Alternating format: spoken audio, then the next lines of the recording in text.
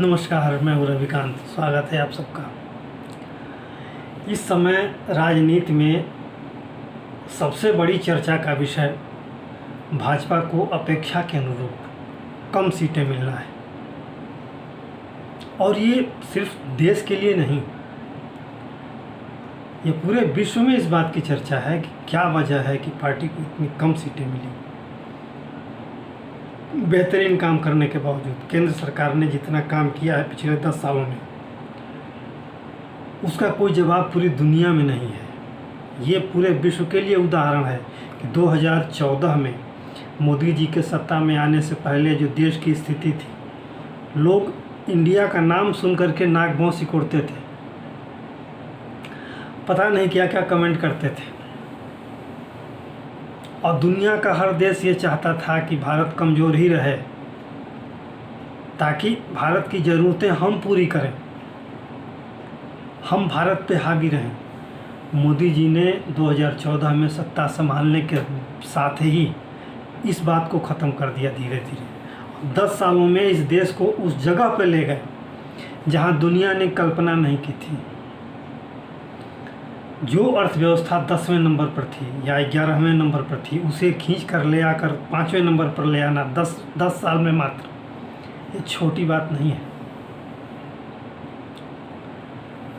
और उसी तरह से उस प्रदेश की सरकार ने, योगी जी की सरकार ने, आप याद करिए 2017 से पहले यूपी की क्या स्थिति थी।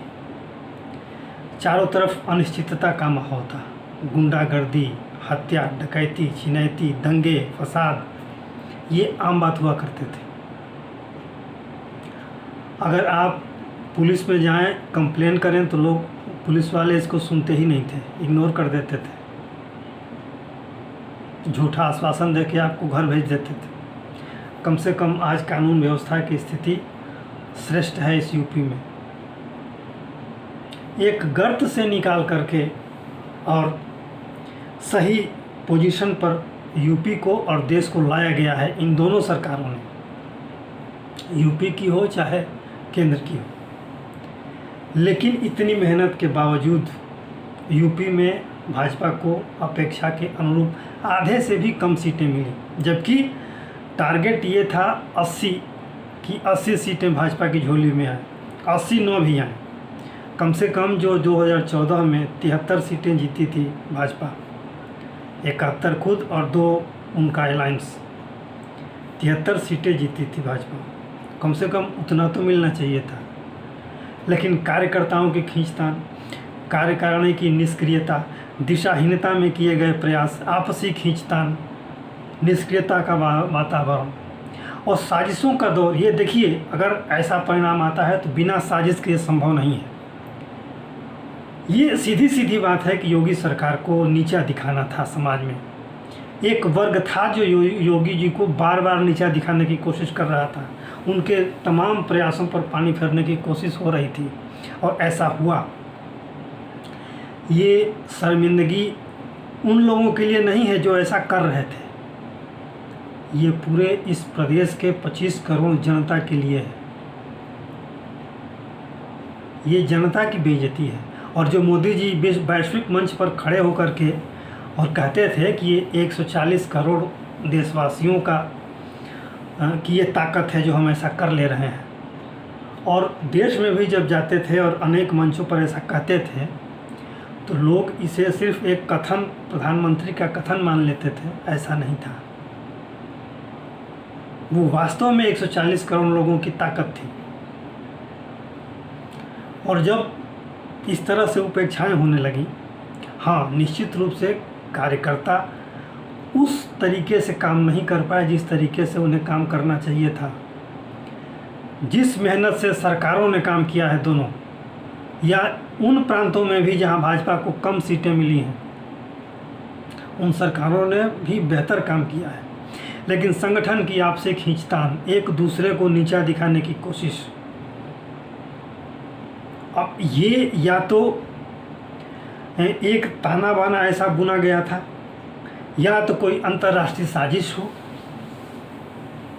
जिसने ऐसा करने को मजबूर किया हो या लालच दिया हो, जो भी हो, मैं कोई आरोप नहीं लगा रहा, लेकिन ये विषय चिंतनीय है। क्या कार्यकर्ताओं ने वो फीडबैक नहीं दिया होगा चुनाव से पहले कि पार्टी की स्थिति, पार्टी की छवि, पार्टी के प्रति सोच कैसी है जनता के बीच? जो विधायक जी महोदय चुन करके आए हैं उनकी छवि क्या है क्षेत्र में? जो सांसद महोदय चुन करके आए हैं क्षेत्र विशेष से, उनकी क्या है छवि? क्या है पकड़ समाज में? संवाद होता है कि नहीं? मुलाकात होती है कि नहीं? ये कार्यकर्ताओं ने फीडबैक दिया होगा। ऐसा नहीं है कि कार्यकर्ता नहीं दिए होंगे। और कार्यकर्ता को तो छोड़िए, जो कोर मतदाता हैं वो किसी कार्यकर्ता से कम नहीं होते। कोर मतदाता पार्टी को वोट भी देते हैं और पार्टी का मुफ्त में प्रचार भी करते हैं बिना शोर शराबा किए। तो जहाँ इतने लोग, जहाँ मोदी जी के दीवाने हों, जहाँ योगी जी के दीवाने हों, या अन्य प्रांतीय सरकारों में भी जो दीवानगी थी, वो दीवानगी वोट में अगर बदली होती तो जो मोदी जी ने 400 का नारा दिया होता, शायद वो 400 का नारा पार हो गया होता। खैर, ये कोई भी दावे के साथ नहीं कह सकता था कि 400 की सीटें पार होंगी, लेकिन जिस तरह से काम हुआ था, जिस तरह से जनता हाथों हाथ ले रही थी, उस तरह से ये पार होना कोई कठिन भी नहीं था। लेकिन अपेक्षा के अनुरूप सीटें न आना, भाजपा को बहुमत से पहले ही रोक देना, अब भाजपा 272 का आंकड़ा नहीं पार कर पाई। हाँ, गठबंधन के सहयोगियों के सहारे वो 300 के करीब पहुंच गई, लेकिन जनता, हम चाहते हैं कि आपको सपोर्ट करें, समाज चाहता है कि हम आपको सपोर्ट करें, लेकिन फिर ये दूरी कैसे हो गई? ये इतना सब कुछ पॉजिटिव दिशा में चल रहा था और अचानक ऐसा क्या हुआ? तो इसके लिए जांच तो होनी चाहिए और जांच निष्पक्ष होनी चाहिए। और इस जांच में उस प्रदेश, खासतौर से यूपी की प्रांतीय कार्यकारिणी को और प्रांतीय पदाधिकारियों को दूर रखना चाहिए और तब उसका तटस्थ मूल्यांकन होना चाहिए। और ये कहने में मुझे कोई गुरेज नहीं है कि केंद्रीय जो कार्यकारिणी है उसकी पकड़ ढीली पड़ी है। इस जो 5 साल का ये दौर रहा है, नड्डा जी का कार्यकाल शायद भाजपा के लिए सबसे बड़ा अभिशाप वाला कार्यकाल था। वो उत्थान भाजपा को नहीं मिल पाया। सबसे बेहतरीन कार्यकाल अमित शाह जी का था, जो उन्होंने अपने कार्यकाल में जो दिखाया, जितना पार्टी का विस्तार हुआ, जितना संगठन का विस्तार हुआ और जितना कार्यकर्ताओं का विस्तार हुआ, सबसे बड़ी पार्टी बनी दुनिया की, सबसे बड़ी पार्टी बनी भाजपा। तो ये सबसे सफल कार्यकालों में से था अमित शाह जी का। लेकिन अब चूँकि ये पार्टी का संविधान था, एक निश्चित कार्यकाल के बाद उस पद से हटना पड़ता है, दूसरे को आना पड़ता है। लेकिन शायद नड्डा जी उतने बेहतर अध्यक्ष नहीं बन पाए जितनी अपेक्षा थी। आपसी खींचतान, इन 5 सालों में जो आपसी खींचतान बढ़ी है, या तो आपसी खींचतान इस तरह से हो कि कुछ सामाजिक समीकरण ऐसे हों कि उसमें खींचतान स्वाभाविक हो, या कोई बाहरी दबाव या साजिश हो। वजह जो भी हो, पार्टी को गंभीरता से विचार करना चाहिए और इसका तटस्थ मूल्यांकन करना चाहिए और सख्त एक्शन लेना चाहिए, कठोर कार्रवाई होनी चाहिए। और ख़ास तौर से यूपी में तो पूरी कार्यकारिणी को भंग कर देना चाहिए, अध्यक्ष से लेकर के और तमाम जो कार्यकारिणी के मेंबर हैं सबको हटाना चाहिए और नए सिरे से इसका गठन करना चाहिए, नई जिम्मेदारियां मिलनी चाहिए और उनको ही टारगेट देना चाहिए। तो ये अगर इस तरह की बात है, आप बेहतरीन काम करने के बाद भी आपकी अपेक्षाएं पूरी नहीं होती या जनता की अपेक्षाएं भी पूरी नहीं होती हैं, जनता में और चुने गए प्रतिनिधि में दुराव है, दूरी है, संवादहीनता की स्थिति है, तो इसको पार्टी को भी विचार करना चाहिए। और फीडबैक तो सतत होना चाहिए, प्रत्येक वर्ष या प्रत्येक 6 महीने पर ये फीडबैक मिलते रहना चाहिए कि जनता के बीच उस चुने गए प्रतिनिधि का या कार्यकर्ताओं का जनता के बीच भागीदारी क्या है। बिना इसके सिर्फ एक नाम के भरोसे, एक या दो नाम या गिने चुने कुछ नामों के भरोसे इतनी बड़ी पार्टी नहीं चलती है, नहीं इतना बड़ा देश चलता है। सबको मिलजुल करके ही काम करना होता है। और पार्टी को कमज़ोर करने के लिए अगर किसी ने साजिश का जाल बुना है तो पार्टी को इस पर विचार करना ही चाहिए।